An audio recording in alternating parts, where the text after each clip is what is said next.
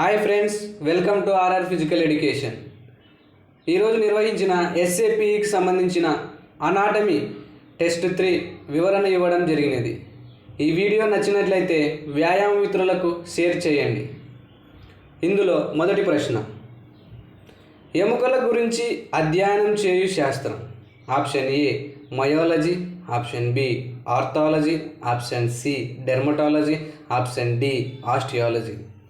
దీనికి ఆన్సర్ వచ్చేసి osteology. Myology అంటే కండరం గురించి అధ్యయనం చేయు శాస్త్రం. ఆర్థాలజీ అంటే కీళ్ళ గురించి అధ్యయనం చేయు శాస్త్రం. కీళ్ళలోని ఫ్లెక్సిబిలిటీ లేదా వశ్యతను కొలిచే ఒక పరికరాన్ని గోనియోమీటర్ అని అంటారు. కీళ్ళలోని వశ్యత రకాలను కామెంట్ రూపంలో తెలియజేయండి ఫ్రెండ్స్. డెర్మటాలజీ అంటే చర్మం గురించి అధ్యయనం చేయు శాస్త్రం. రెండవ ప్రశ్న, మానవ జీవితానికి అస్థిపంజర వ్యవస్థ ఉపయోగం. అంటే అస్థిపంజరం వ్యవస్థ వలన మన శరీరానికి కానీ మన జీవితానికి కానీ ఉపయోగం అడుగుతున్నాడు. ఆప్షన్ ఏ ఎర్ర రక్త కణాలు మరియు తెల్ల రక్త కణాలు ఉత్పత్తికి, ఆప్షన్ బి కాల్షియం మరియు ఫాస్ఫేట్ నిల్వలు, ఆప్షన్ సి సున్నితమైన అవయవ రక్షణ, ఆప్షన్ డి అన్నీ. దీనికి ఆన్సర్ వచ్చేసి అన్నీ. ఆప్షన్ ఏ చూసుకున్నట్లయితే ఎర్ర రక్త కణాలు మరియు తెల్ల రక్త కణాలు ఉత్పత్తి.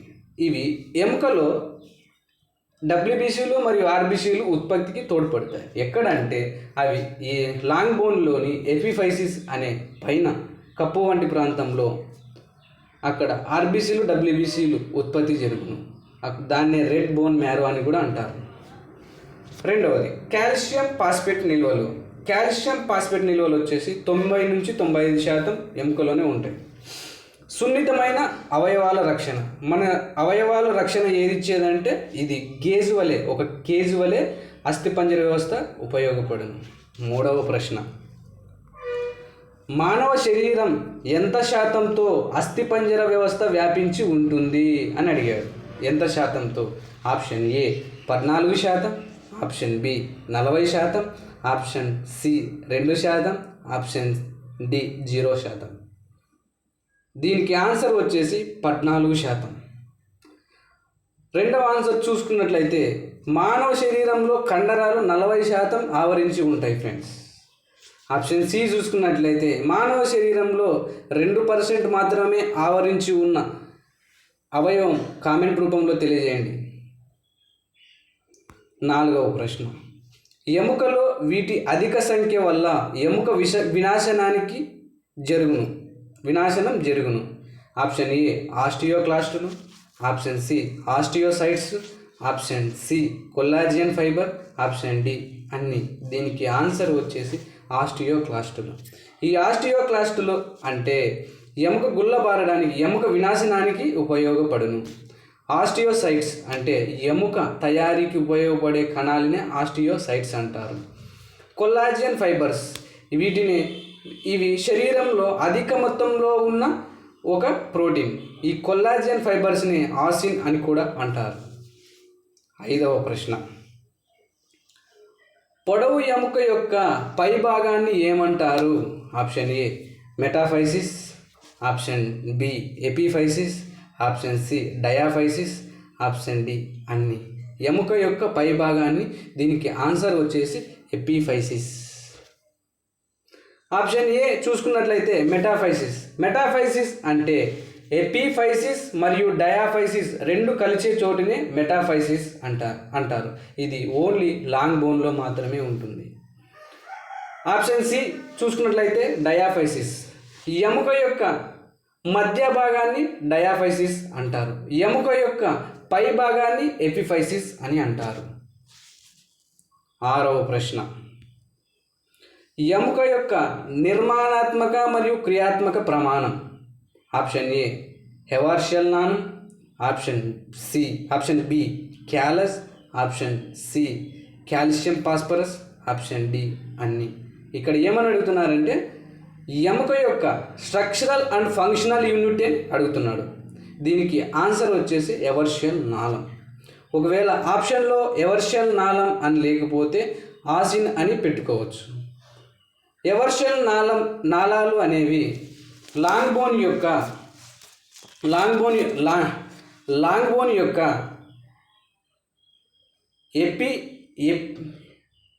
పెరియాస్టియం మరియు ఎండాస్టియం మధ్య రక్తనాళాలు లేదా రక్తకేశ నాళాలు మాదిరిగా ఎవర్షల్ నాళం అనేది ఎముక మధ్యలో ఉంటాయి.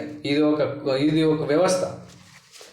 క్యాలస్ అంటే విరిగిన ఎముకను క్యాలస్ అని అంటారు.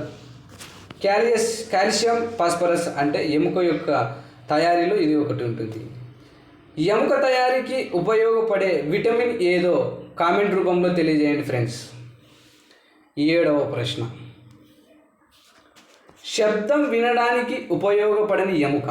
Option A malleus, option B incus, option C stapes, option D hyoid.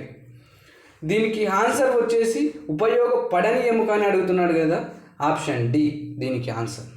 Option D malleus అనేది చెవులోనే ఉంటుంది, ఇంకస్ అనేది చెవులోనే ఉంటుంది, స్టెపిస్ అనేది కూడా చెవులోనే ఉంటుంది. వీటిని ఆడిటరీ బోన్స్ అని కూడా అంటారు ఇంగ్లీష్లో. హయాయిడ్ బోన్స్ అంటే గొంతులో, ఇది ఉరి వేసినప్పుడు విచ్చుకునే ఎముక. మనం ఏదైనా సూసైడ్ చేసినప్పుడు మర్డర్ జరిగిందా లేకుంటే సూసైడ్ జరిగిందా అని ఈ ఎముక ద్వారా మనం తెలియడం జరుగుతుంది. 8వ ప్రశ్న, మానవ శరీరంలో వెన్నెముక వంపుల సంఖ్య.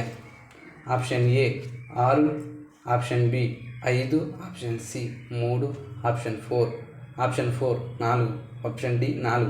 ఓకేనా. మానవ శరీరంలో వెన్నెముకల వంపులు అని అడుగుతున్నాడు ఫ్రెండ్స్. దీనికి ఆన్సర్ వచ్చేసి ఆప్షన్ డి.